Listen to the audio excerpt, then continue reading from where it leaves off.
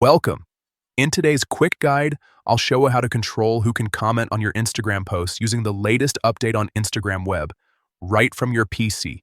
This is a great way to keep your account more private and make sure only the people you trust can interact with your content. Let's walk through the steps together.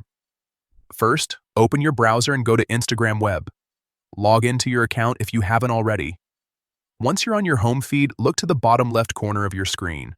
You'll see 3 horizontal lines there. Go ahead and click on those lines to open the menu. From the menu that appears, click on Settings. This will take you to your account settings page, where you can manage different features of your profile. Next, look for the option labeled Comments. Click on it to open your comment controls.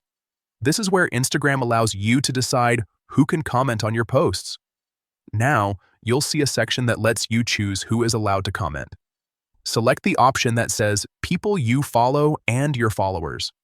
This setting ensures that only users you follow, and those who follow you can leave comments on your post.